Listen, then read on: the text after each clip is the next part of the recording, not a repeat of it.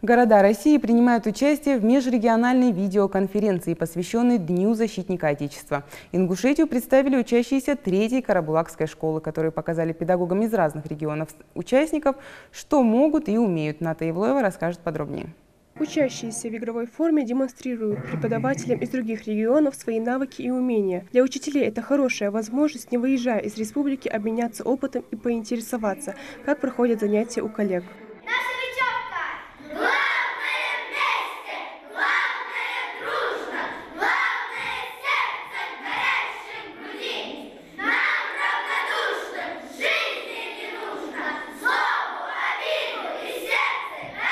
Преподаватели отчитываются о проделанной за год работе по подготовке юноармейцев. Показательное выступление – один из самых главных пунктов видеоконференции, и маленькие орлята с этим заданием справляются на отлично.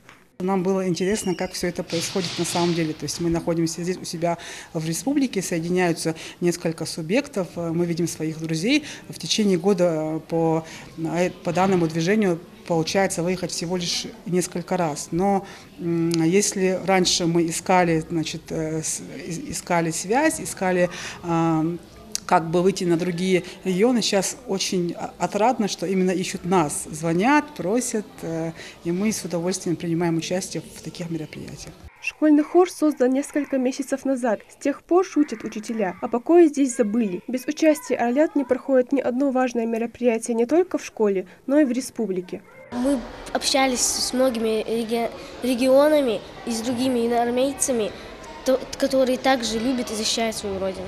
А после конференции юноармейцам показали, как собирать и разбирать автомат и правильно завязывать узлы. Этот узел называется как? Прямой. Молодцы.